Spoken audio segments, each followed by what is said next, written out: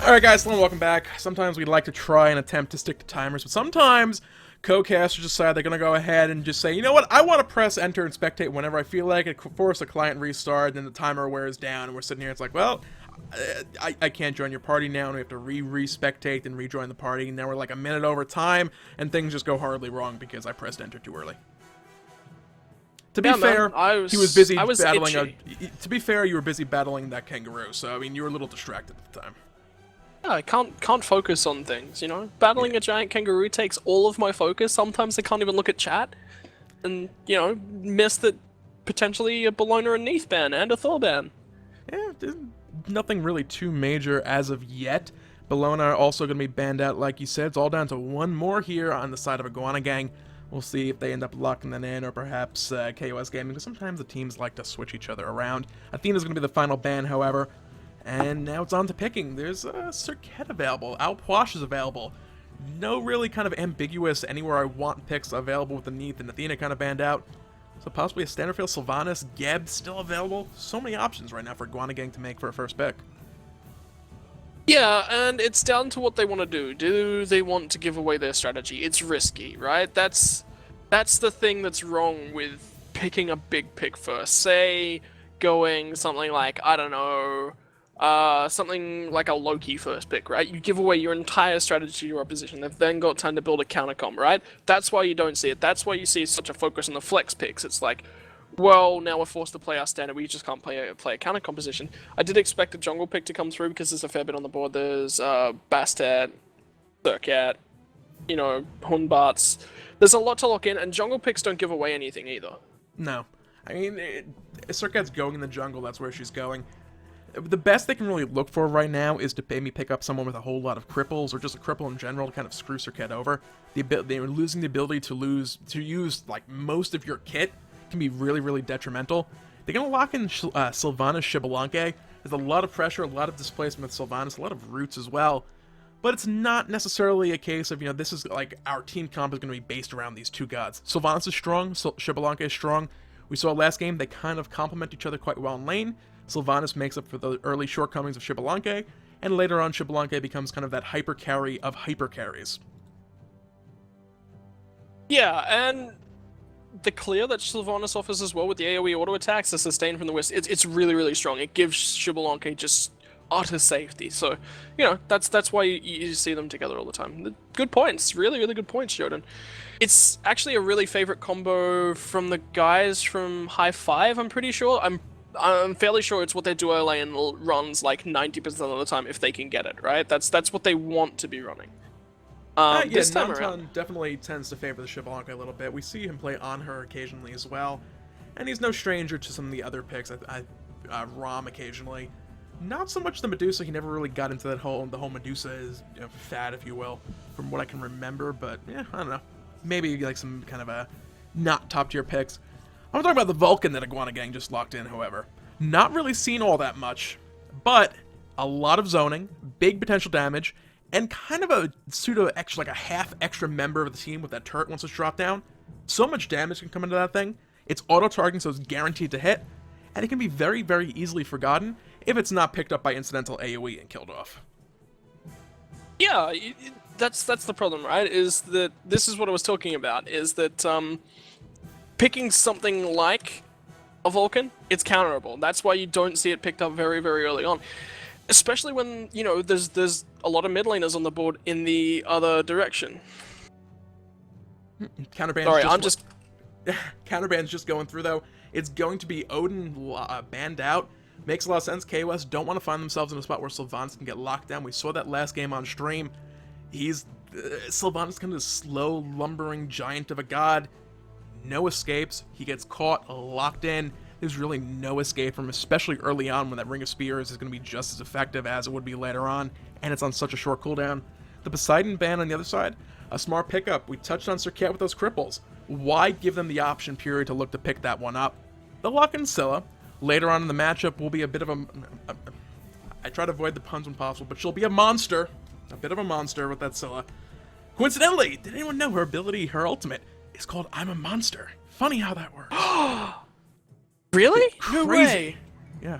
I walk That's into a that one. monstrosity. Yeah, Scylla's gonna be an absolute monster later. It's like, I just made a pun without intending it, and I realize I'm about to walk into it, and I don't like doing the whole pun thing, because everyone else does the puns, and then I make the pun anyway, and then talk about how I almost made a pun, and it's like, why am I talking about this? There's a Sobek locked in, there's a Geb locked in to support for Iguanagang, there's more important match-related things we talk about, Zion, and get with the program here. And the reason that they're able to pick up the Sobek and the Geb here is because they've got the Serqet, Vulcan, and Medusa. They've got some really, really nice sustained damage and burst damage, right? They've got all they really need, so they can go a more tanky route in the solo lane. They can go for something that hasn't got as much damage, it hasn't got as, much sustain like a Bacchus or like a Hercules, right? It's just about getting in there, being this beef, this meaty wall between your opposition and your backline, and making sure that your guys are allowed to put up whatever damage they want. But is that a solo Kuang or is that a solo Hun Batz? What's your guess? Who are the good matchups going to be against against Sobek? Kuang is going to be a little bit of a rough matchup. Yes, he has the water illusion to kind of blink away a little bit and turn invisible for a bit. It will be a tough matchup, to say the least. I'm actually trying to cheat here and look and like who's playing what exactly in the meantime, but... Cliff, here's a hint. Cliff played Kuang yesterday. That doesn't tell me anything. He's sitting on Cliff right... Kuang's on Cliff right now. I can see that. Yeah. I don't know what Cliff usually plays role-wise. Solo. Cliff is a solo laner. Mister. I know where he's going ahead of time, so I'm going to put you on the spot for the heck of it. Where you try to scramble and look exactly where he is to make a proper thing of it. Kuang solo. Kuang in lane in general. Kuang's biggest general issue is his pretty darn small health pool. Level 1, he has like 100 health. Starting Vampiric Shroud, yeah, it's an extra 100 health, but he's still very, very squishy.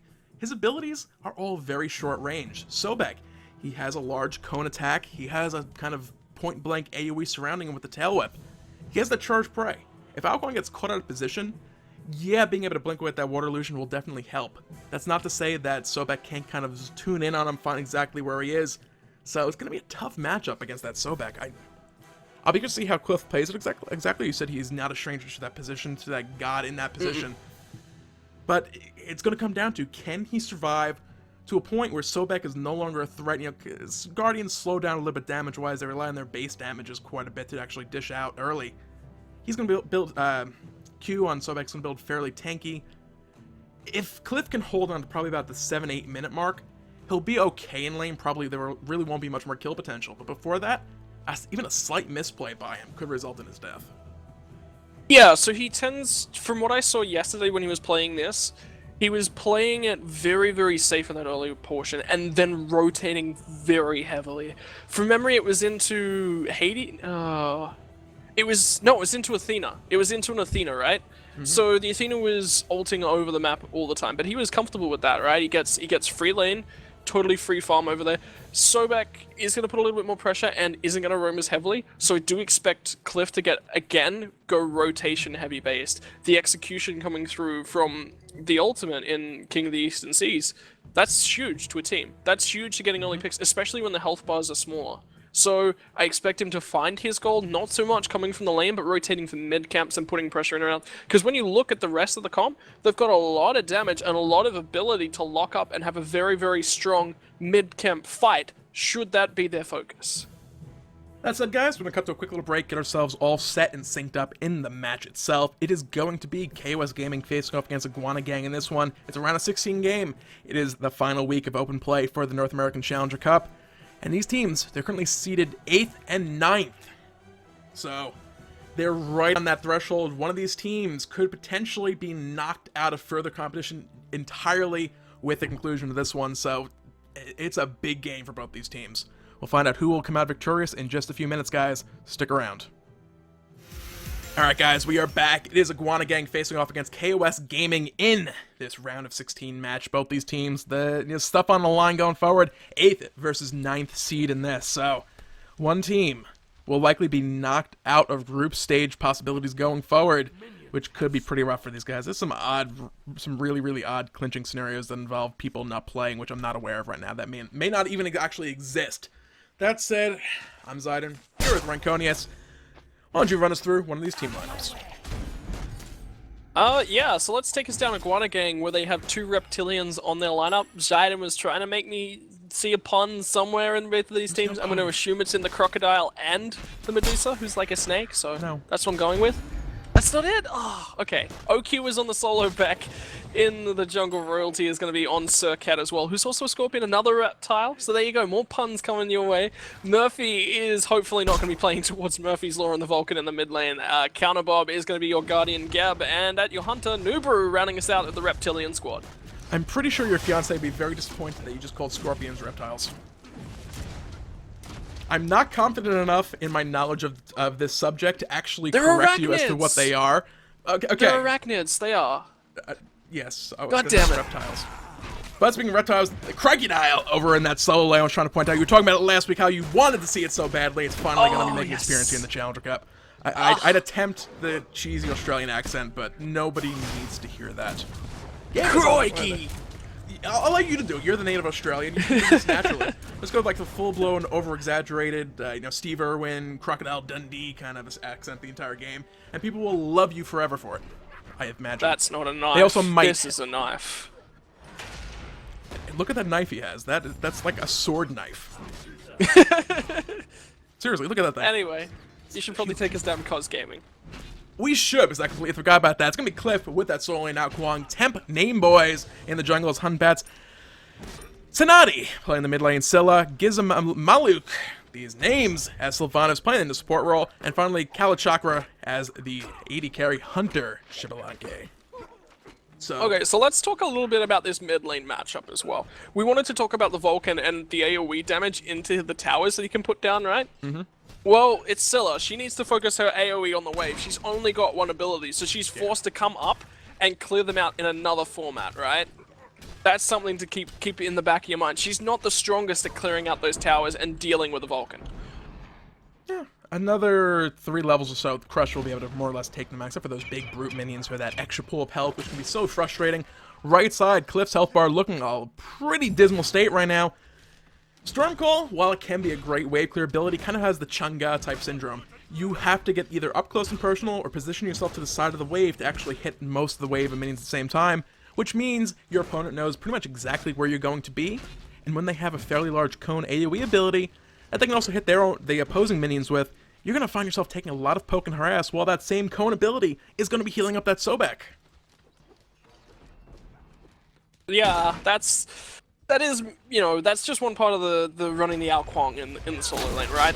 He's less predictable when he's not in the solo lane. That's why you normally see him in the jungle. In the mid lane, though, the focus did go down on towards Royalty and Murphy. They're taking a lot of damage from this one. The fact that they rotated Xbalanque into the mid lane and Medusa is still sitting over here in the solo lane, that's not good. Medusa not being able to harass somebody down and the opposition getting free roam around the map, KOS Gaming are going to make a huge benefit off that. Fortunately, everybody is level 5, so any initiations coming out from KOS Gaming over here in this left lane, as soon as Geb is back, they can look to counter-engage on the back of him. Nubru will have the luxury of those stone shields, removing crowd control as well, if used at the proper point in time to do so. Kalachakra going back to base, looking to finish off that Heartseeker, start building those stacks on up. Iguanagang, Nubru going for the slightly safer route with that Devourer's Gauntlets, potentially later on. It's one of those kind of trade-off starts. It's slower. It kind of screams, I don't want to fight you in lane early, especially because you have that Heartseeker and you're going to out-trade me for a long, long while. I'll have some sustain, any little incidental poke. You know, I eat a poison dart every now and again. I won't really care because I'll have that lifesteal, and you don't have that same luxury. And when I have Acid Spray that pretty much covers a good entirety of the lane, you're going to be taking some poke, and you can't heal that straight back up with your own lifesteal. Yeah, there is something, there's one of the hunters in the North American Challenger scene, I can't remember him right now, that will go a Heartseeker, not a Heartseeker, Dev Gauntlets every single time. Not matchup dependent, not lane dependent, not map dependent, just straight into Dev Gauntlets. Never ever picks up a Heartseeker. That's not a good mentality to have. You want to be able to go, okay, Nubru in this situation, what is he fighting into? He's got a Sobek on his team, so he's got some beef in front of him. He's into an Kuang, he's into a Hun Batz. Whoop. Vulcan in a little spot of trouble, trying to turn this one back around. Double ultimates were spent. The Amma Monster from Scylla did not connect, so Murphy will survive the engagement. Able to Sentinel back out to safety. And yeah, so Murphy turned that one around quite well. But you were talking about the matchups. Devourer's Gauntlets not always being, not with the mindset of always picking into it. That's it's really risky when you do something like that. When your team needs earlier bursts, say potentially something on like a Medusa. This time, I'm actually in full support of picking up the Devourer's Gauntlets because look at what he's into. He's into our Kuang, he's into Scylla, he's into, he's into Batz as well. So if he can survive that straight up burst, he's fine. Then he starts lifestealing back up. I'd really like to see him pick up an RC as well. It doesn't, have the power that the Ikaval has in removing the ability of their damage to put onto you, but that burst of sustain that it brings out. If he survives that upfront burst, he then sustains back up to half health, he's good. He's really, really good. I really support the Devourer's Gauntlets in this playstyle. It's one of the rare opportunities where you support the build of both the Devourer's Gauntlets and the RC at the same time. It's a really, really rare scenario, but this one is one of the best for picking it up in. Yeah, Nuber right now getting forced in a situation to box back into at least a little bit. He's going to take a decent bit of poke as Kalachakra will chase a little bit. No real kill potential right here in this engagement, but the poke has been applied. Lifesteal not quite there. The back for Devourer's Gauntlets has been delayed quite a bit for Nuberu. He's had the gold available for a decent while. He'll pick up this wave. Look to head back out. I think kind of an extension of that topic we were just talking about as well. It kind of depends on how your team looks to play the game. If they have an early game team comp, you really don't have that time to wait for Devourer's Gauntlets to get online necessarily. But if your team comp's based on like a mid to late game type situation, it's like, well, we don't want to really fight in the first 15-20 minutes of the game anyway. The fact that you're going to be spending 6 minutes stacking up that Devourer's Gauntlets and get it a little bit later than Heartseeker won't necessarily be the worst thing for the team comp overall. And the funny thing about this as well is I'm pretty sure the Sylvanus was picked first rotation for KOS. So when they picked up the Medusa, it was picked into the Sylvanus. They knew what they were going to be running into. And then they opted to pick the Medusa. In that sort of instance, you're better off rolling with something like a Rama, like an Apollo that's a lot more late game centric, and it's also a generic pick across the board. It means they could have baited out something that wouldn't have played so well into the Apollo in the solo lane, and then they could have gone, all right, we'll run double Hunter. That's draft dependent. That's where you outplay your opponents in the drafting stage of the game. I don't agree with the Medusa pick here. But again, now that we're here, now that it's in the game, her ability to lifesteal with the Viper Shot, that's what she's got to be centric on, is surviving the upfront burst and then just using the sustained damage that any hunter brings to the table whilst also being able to lifesteal and outbox an opposition and get to a point where your health bar, with the second set of cooldowns that they get back up, you're able to survive that because you've already lifestealed too much. Yeah, on the right-hand lane, Cliff having a bit of a rough time against that Sobek. Was able to go back to base, did survive, and I said about that 7-8 minute mark where the kill potential will kind of start to fall off a little bit. Cliff was playing a very, very dangerous game right there. Barely got out, stuck around the lane, was able to find another set of minions before being forced back fully to base. He was forced to use the King of the Eastern Sea defensively just for that knock-up stun. Darkest Knights coming out, they were looking possibly to find a pick on the left-hand side jungle. No one really nearby to lock down with that Fear No Evil from the Batz, though. Yeah, and that at least is a small advantage. So Kalachakra is now down on his ultimate. They're looking for assist potential. They're also looking for engage potential. Murphy got locked down by the Wrath of Terror and just locked in place. The team is here. They've got the reset from the I'm a Monster. They were looking for royalty. They didn't quite find it. He's incredibly low now, and it's now time for Counter Bob to come in here. Yep, he will pop that Cataclysm. They're looking for that possible counter-engage on that one, but not able to find it. They will be forced just to kind of back off. Gold Fury call, though, coming out from KOS Gaming. They're going to be rotating over to that, drop one deep ward down to kind of keep tabs exactly on where Counter Bob is at any point in time. They're going to look for the ambush instead, trying to find this kill, get that Hand Gods off the map. Going to try and roll out, but not getting out of there alive. He will fall. Kalachakra putting 5 extra physical power on his in hands. Going forward with his passive and actually all the abilities in general for that matter. Nuberu's waiting nearby, looking for the opportunity to do anything, but it's going to be a risky stop attempt. KOS gets the Gold Fury. Nuberu going to lacerate back out to safety, out of mana. Temname boys, in a little bit of a bad spot, but KOS Gaming are aware of it and looking to stop that kill from coming out.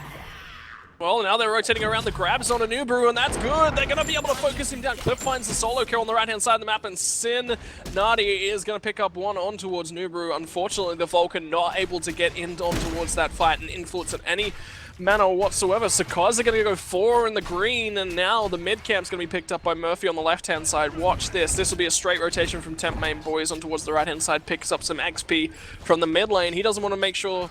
He wants to make sure that they don't go 2 for 2 in those mid camps, and he will be able to secure that right-hand side one, or will he? Yeah, he's got it. So Murphy just unable to get in there and get a double cap, but Darkest of Nights. Right side, a little bit of an, not really an engagement going on. They were trying to track down Cliff. stealth up in that water luge. Not necessarily the easiest thing in the world to do. He will survive that potential, that attempt on his life, I should probably say. But you said Cliff picked up that solo kill with Sobek. I said about the 8-minute mark is when the game in that solo lane is going to kind of turn around. The counter invade coming in right here. That Cataclysm does fine too, as Temp Name Boys will barely be able to leap over that wall and escape the poison. Doing a couple extra little ticks of damage, but he will survive in the end. Cliff going to be forced back to base. Not really any worse for the wear. They were able to secure that mana buff and stop the counter steal from coming out. So nice play coming out from those guys. Able to survive. But yeah, the 8-minute mark was kind of like 7-8 minute marks was that point where Kuang kind of the vulnerability of that small health pool kind of falls off in favor of his damage really starting to come online. Yeah, he picked up what is now Pythagorean's Piece for some lifesteal and all those fun little things with that item. The big thing is though, OQ, he's going for Warlock Sesh. He doesn't have any early big defensive items online. He's going to have to be careful because Cliff could seriously just look to pick him off time and time again. With that percentage-based execute on the King of the Eastern Sea is helping out a whole lot with that. Yeah, but he's got to get him to that point as well. The Warlock Sash not online right now. Uh-oh, yeah, that's going to be a lot of trouble as Sinati's going to get up another one towards Royalty, and this is trouble. Koza 5-0, and 3 of those are sitting on their Scylla. Late game carry in the mid lane already online. Yep, those Ama monsters can be it can be a very, very tricky ability to land. I know Bulchers was watching in chat, able to predict those the shots on that very, very well. Not always an easy thing to do though. Getting that lockdown from your team by the likes of say Fear No Evil, a Sylvanus grab, a Sylvanus root, the Wrath of Terror can make it much, much easier to do so. OQ right side, boxing back and forth. Once again, the dragon will come out to play. Cliff will pick that kill up again. Hang around, maybe kill himself some minions with the follow-up of that dragon. That is going to be a problem. So the Guardians of Soul, and you expect to kind of just be able to farm. They're these unkillable monoliths of frontline goodness once they join fights. But right now, Cliff has turned the tide of battle in that soul lane. He's going to need a little bit of outside help because right now, Cliff can just say, you're back in lane, I'm just going to fight you, force your health bar down, and just try to kill you again. If nothing else, I just force you back to base. Yeah, and the problem with that as well is that there's still no Warlocks online. He's got the Shell, so at least he's got that bonus protections early on, but he needs to get to this Warlock Sash. That's the big optimal portion for a Guardian in that solo lane, is that they're able to stack a large amount of health, they're able to get some free bonus power as well, but the benefit of it is that all the stats it gives, it really, really focusing on getting tanky, building up that mana pool early on. That's the bonus and the benefit of picking up a Warlock Sash, is that you want to get tanky. When you're not at it at 13 minutes in the game, you're behind. You're massively behind because you haven't started stacking yet, and that item needs to be halfway online in about 5 minutes time. There is always the option of going with the Ethereal Staff. Late game on a Guardian, you're not getting that much scaling anyway, so a little bit of less... not having that extra magical power won't be the end of the world. You get that health immediately, not having to build stacks. Mid lane, I'm trying to find the fight where it's going on. I thought that was trying to lock down Cliff. That was another kill coming in the mid lane. Murphy having a bit of a bad time right now. He has that Doom Orb online. He was able to farm it back up to full, but immediately brought back down. Fear No Evil will drop down. Another kill coming out. I'm a Monster Sinati. Not sure if he connected to that second shot. Oh my god!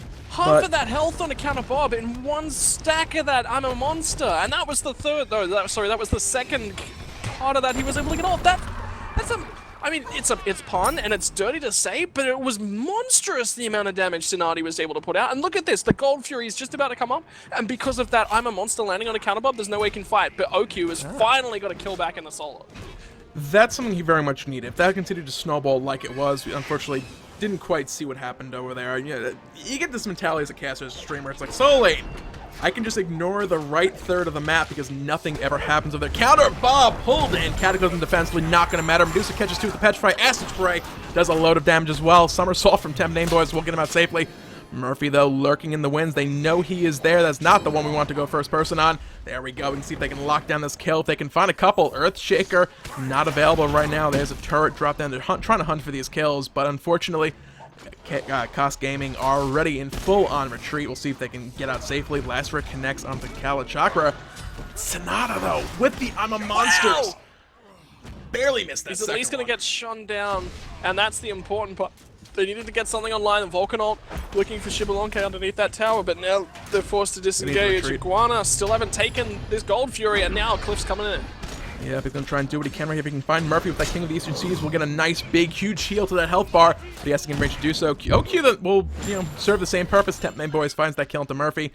As OQ trying to run away, there is the Dragon coming out once again. Will they go for counter Bob? They have vision. They very well could be, and he's going to dive forward, not finding the hit on that coming down. But he can certainly find this kill 1v1 and zone out counter Bob as Gold Fury has been started right now. Looking at these, typically, that basically just came down to Iguanagang overstayed their welcome. They went for that attack speed buff steal as the respawn. People had made it back to base. They made it back to base. They shouldn't have gone in that deep. Exactly. They just shouldn't have. Alright, yeah, woo, we won the fight. Fantastic. That was some really, really nice turn. Exactly what Nubru needed. He needed some items online. That's going to actually effectively for the Ikaval route. And again, I mean, there's a very good reason that Ikaval's a strong item. But anyway, back to that fight. Overstay. Just overstay in that jungle. And it was just a risky call. Yeah, we won the fight, but we're so far behind that if they get any sort of level health bars, it's going to flip instantly. Yeah, KOS Gaming, they were able to escape the fights alive, recall back to base, I should say, heal up, and look to head back and join the fight, and that's exactly what they did. They came back full health bars, full mana bars. Iguanagang and mana bars were kind of a little worse for the wear. I forget who it was. One of them was pretty much out of mana entirely. Health bars were all right, but it was just basically everything was on cooldown, and then they were in a 3v4 situation as KOS Gaming arrived back. Yeah, they stole away the attack speed buff, but they lost the Gold Fury and a couple kills on the tail end of the fight for it. Not really worth it in the end. It was a good fight before that, though. Very well done from Iguana Gaming to come back from such a gold deficit, especially with multiple members down. That came down to Cataclysm and then Nubru able to utilize the Petrify as he did. Now, he's in an awkward situation, right? He's into a Hunter that's ahead, he's got an Assi online, and he's about to pick up an Execution, and he's just up in Ikaval. He's not in a boxing scenario. There is no way he can box with the Xbalanque. So what do? Do we look for split push? Do we rotate him on the other side of the map? Cliff will just kill him. What do we do right now? We're kind of caught. If we fight, lose. If we don't fight, Xbalanque is just going to keep getting stronger as well. In a 1v1 situation where they box out, Medusa's actually not in a real bad spot for this. There's no, attack speed steroid in Xbalanque. He only has one stack on his passive. And branching bolas against one target, he has a little bit of extra damage. With the Ichival online, it kind of goes back and forth. When that third shot is finally online, connecting for that debuff, it's a 60 power differential between the two of them. Yes, Xbalanque answers back a little bit with the extra damage on the branching bola, plus that 5 physical on his passive. But it's not a case of, Nubru is behind in a boxing situation. He has a little bit of extra lifesteal coming out until that passive kicks in on the Assi, and then it's just Kalachakra is going to, just completely start taking over. His health bar starts shooting back up. Hate the Assi passive. Right side dive coming out. Freeno Evil didn't miss. Execute not going to be available because the lurking in the waters. Earthshaker comes down, able to blink out of that one with the water illusion. Finds the kill with the detonate on the second part of that one. Yeah, and Cliff's got the beads there as well to keep him alive for a little bit longer to negate that CC that they were really looking for, and he'll be able to dive back in. Look at the wild storm damage as well. Murphy, he's 2 levels underneath Dimashi, and now what they're going to do, they're going to go for the dive underneath here. The focus was on towards the Serqet, but Royalty's out. Yeah, another case of maybe sticking around a little too long. In this particular situation, for KOS Gaming, Cliff will fall. He kind of had an escape route. All he had to do was kind of loop around through the jungle. No one was really there to stop him. Sonata had rotated over, kind of secured that escape route for him. Just a case of sticking around a little too long. Cooldowns came back up. Serqet landed the combo, and that was all she wrote over there, and that's so lame. Elsewhere on the map, we saw Murphy getting focused down quite heavily. 3 deaths on the board. Doomorb stacks, though, just about back up to full. It is the Ethereal Staff that was picked up by OQ. We're talking about the time to build those stacks. Why bother with it as a Guardian? You're really looking for that health pool to keep you alive in that front line. You'll have a lot of other tanky, you see the Silver Talisman already online. That could be a Heart Ward, it could be a Pestilence, or to help you with the healing a little bit later on. Counter Bob, left side, Cataclysm drop down onto the tower, may not matter. Will he survive? No, he will not. The dot from Sylvanus secures that kill. Nubru trying to do what he can, but 1v3, not looking good. Serqet's here, though. Yeah, and they're now going to turn around towards Temp Name Boys and focus him out the tower to pick up that kill. And now they get the lock on towards Kalachakra as well. But Sonati's rotated around, they get the snare. I'm a Monster's a little bit not needed, but Overkill is a kill. And they're going to get multiple members. They pick up the 3 from Iguanagang for only the 1 in response. Yeah, that was a 3-for-1 going the way of KOS Gaming. Tower will fall for them as well. Earthshaker Overlord trying to find a couple pick-up kills in the end. Murphy now might have just walked into his own death. Gonna be forced to beads the air to run away from this one. The grab will not connect. so he will survive. He's still looking for some aggressive picks. OQ is on his way. If he can pull somebody and lock someone down, could find a kill for his team, but needs to get in range first, and it's not looking like that's going to happen. They're looking for it, not able to find another little bit of damage from Murphy with the magma bomb, unfortunately. So, looking in the waters, not gonna be able to follow through with that Jaws theme song. Damn, I was getting keen. It was nowhere even Jaws nearby. references. That was the worst time possible to pull that Jaws thing. So many good other ones. And then you wasted your one shot at it. You only get one. Only get one. I just thought of it. I was like, oh yeah, this could be it. Damn it. Iguanagang, OQ. Right hand side, a little bit of kind of back and forth going on. Temp name boys trying to do something about those mid harpies on the right hand side. Not entirely sure who got them. 2v1, I'd venture a guess that it was Iguanagang able to secure those this time around. Left side, gonna go over to KOS Gaming right now, however. Now, looking at these teams right now as they stand, Batz is a big factor in these fights. 12 of those 16 kills so far. But really, it is that Scylla so far. Sonata has been laying those Ama monsters. That's not the correct chart. Surprisingly, not a lot of damage. I would have said Sonata would have been a lot higher up. It really is Cliff so far on that Kuang, sitting well above the rest of his team. A lot of damage. That is a lot of, I mean, but you gotta remember, he was laning in towards, actually, not even gonna get to talk about that. That main boys takes a lot of damage as he was looking for Murphy. Focus on towards him, the crush was down as well. The ultimate is coming in, it's almost deleted Temp name boys, but down goes the Darkest of Nights, and the fight is gonna break out. Yeah, broken back will fall. I'm a monster, not gonna be used this time. Murphy finds Sonata before she's able to make use of those abilities. Hellish Chakra in the front line, not where you want to be as a hunter. Will fall up in the air. Cliff not needing that execute actually to secure that kill. Still looking to hunt. Is currently a 2-for-2 fight as Cliff looks for it, but beads the execute is avoided. Oh, that was just a sliver of health, and OQ is going to get the body blocks in for Nubaru, so they're going to get one up in response. Now the chase down on towards Xbalanque. Temp name boys is on his way back as well, so they're going to look for a little bit of a Gold Fury play, some fighting around here, trying to maintain pressure. Nubaru's got Dev Gauntlet, so he will heal exceptionally fast off of this Gold Fury, but if he's tanking it, I don't think he can hang around much longer. Maybe he has to be careful. One overhand smash from Temp name boys will find a kill on him right now. So Xbalanque waiting nearby, trying to get in there and find that steal if he can do so, but they're looking for the focus damage onto this fight and trying to stop that from happening. Nubaru will fall. Temp name boys, the turret will not connect with one more shot to secure that kill as Sylvanus blinks back out to safety. They could once again look to do this Gold Fury as nobody really is nearby right now. They have vision on Xbalanque. They could have potentially forced it, but health bars where they were standing could have been pretty risky as KOS Gaming was on their way back into the jungle. Oh man. That was so lucky, right? The really nice counterplay from Nubaru, the beads on towards that Kuang ulti. That was fantastic to watch. But then he overextends with the lacerate. I didn't like the lacerate. He needed to play for space. His team was body blocking fantastically. They were maintaining some really nice control over the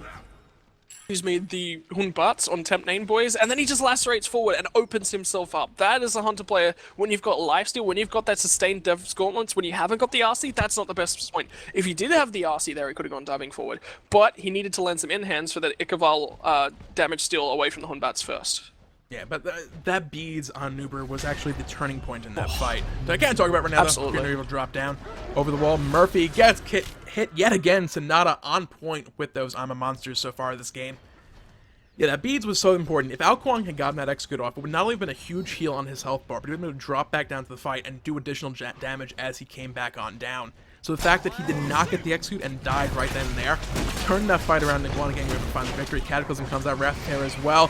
Earthshaker, a little bit of close range damage zoning. OQ in the back finds the kill onto Cliff as the fight's on. Temp name boy is a little out of position. They can lock him down, could find a kill, but he goes for Murphy in the backside and finds that for Sonata. Oh, Nubaru though, again with the lacerate deep, didn't quite find somebody to grab and use as a sort of a meat shield, and unfortunately nothing he can really do. And now Temp main boys is looking for the kill on towards Solo. OQ, can they find him? No, they quite can't, not quite yet. At least Sonati's looking for the in-hands to secure it. A snare is going to come through from Xbalanque, and another second from Sonati is going to confirm the fight victory. Royalty with the respawn. Oh, this is a fire giant startup. I think they've got the damage at this point in time too. They They have to at least suspect this is going on. They did walk through a wave of minions on the way over. No wards down. See Royalty heading on over there. Fire Giant just reaching half health right now. If Royalty goes in right now, could potentially stop this from occurring, but it's going to be just a second too late. Looking for the damage, looking for the kill. Gonna, unfortunately, last breath onto Gizmaluke. Not the monkey she was looking for. As Royalty not going to get out of that one alive, will fall. So Fire Giant buff in hand of everybody but Cliff on the side of KOS Gaming. They'll be able to start grouping up looking for these towers. It's a nice 4,500 gold worth of tier 2 sitting there. That Iguanagang, you know, well, I'd say maybe look to defend those, maybe not, but with the Titan, we see it fall before us as the surrender vote did come through. Iguanagang gonna throw in the towel, and with that, likely their hopes at the group stages for the Challenger Cup going to the wayside as well. KOS Gaming, I don't want to say they've clinched a top 8 spot going forward, because there's still some really odd situations depending on who's still playing at this point in time. But they keep their hopes at it alive and, you know, have a very good chance of getting there at this point. So I think we need to bring up the extended points chart. The chart I have only has 10 teams listed, and one of those is Normie's League, which we haven't seen for a couple of weeks now. I'm pretty sure they've actually broken up and we won't be seeing them going forward. But Torch is there with 50 points as well, so they're going to jump up a spot. KOS Gaming, we just saw win a game. Garden Guys, we haven't seen for a little while as well, but I think you said the Potato Farmers might be Garden Guys. No. In Disguise, they're not? Oh, damn, there you go. That was a anyway. joke in passing, because Potato Farmers, Garden Guys, you know, same general kind of agriculture-based thing. It was a joke. It was a joke. Oh, okay, I get it. I get jokes. Yeah. Apparently only when they're explained to me. Yeah. But things are incredibly close, so we could actually see I remember seeing the Iguanagang actually being fairly high up there in the standings as well. Yeah, well, guys, we'll keep you posted on exactly what happens with that. Can go ahead and analyze who is actually still going to be playing over in the quarterfinals. Because quarterfinals forwards, 10+ points as the bracket does continue. So depending on the outcome of that, could still potentially knock out some teams, clinch some spots for some other people. We'll be back with a quarterfinal matchup here in just a few minutes, guys, so stick around for that. We'll be back in just a few.